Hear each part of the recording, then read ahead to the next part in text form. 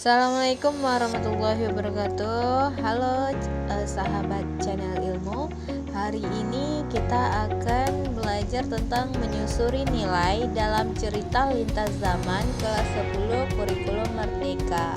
Bagi Bapak Ibu guru atau siswa sekalian yang ingin memahami tentang cerita lintas zaman di sini, maksudnya bisa ditonton sampai habis channel ilmu. Jangan lupa like, komen, dan subscribe ya.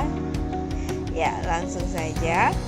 Nah, pada pembelajaran hari ini kalian akan belajar tentang mengidentifikasi karakteristik hikayat dan nilai-nilai yang terkandung dalamnya. Jadi intinya kalian akan belajar tentang hikayat. Nah, sebelum pembelajaran ini kalian harus tahu terlebih dahulu apa itu hikayat. Pengertian hikayat. Hikayat adalah salah satu bentuk sastra prosa terutama dalam bahasa Melayu yang berisikan tentang kisah, cerita, dan dongeng. Hikayat merupakan istilah yang berasal dari bahasa Arab, yakni dari kata haka yang artinya bercerita atau menceritakan. Jadi dapat disimpulkan hikayat adalah salah satu jenis cerita rakyat yang disajikan dengan menggunakan bahasa Melayu klasik. Nah, buat Bapak Ibu guru bisa menstimulus anak dengan mengajukan pertanyaan, apakah sudah pernah diceritakan cerita oleh nenek atau kakek atau ibunya?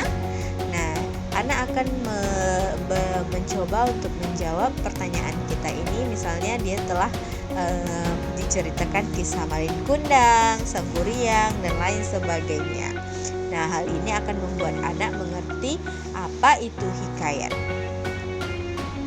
Nah, adapun karakteristik hikayat.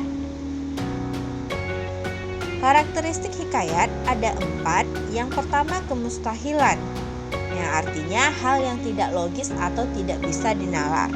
Kedua, kesaktian atau kehebatan tokoh dalam cerita. Ketiga, anonim, tidak diketahui pengarangnya. Keempat, istana sentris atau berlatar istana. Nah, ketika kita mempelajari hikayat, hal ini ada di cerita-cerita yang kita ketahui. Contohnya cerita Sang Kuryang. Di situ ada kemustahilannya, kesaktiannya, anonimnya, dan tentunya berlatar belakang istana sentris. Nah, apa nilai-nilai dalam hikayat? Nah, dalam hikayat terdapat 5 nilai yang biasanya muncul. Yang pertama, nilai religius yang berkaitan dengan bidang keagamaan, kerohanian terhadap Sang Pencipta seperti berdoa, memohon, dan lain sebagainya.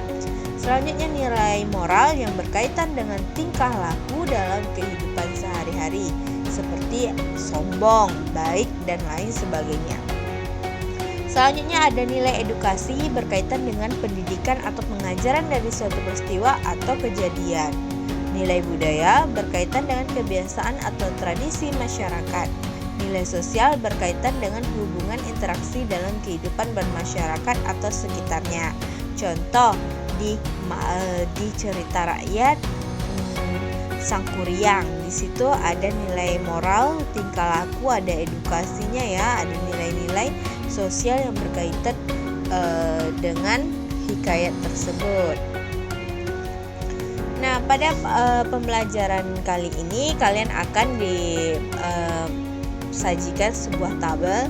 Di sini ada tabel analisis nilai pada teks hikayat Saijan dan Ikan Toda. Di situ akan dianalisis nilainya apa, konsep nilainya bagaimana, dan kutipan teksnya bagaimana. Seperti yang dipelajari tadi, berarti contohnya nilai pendidikan.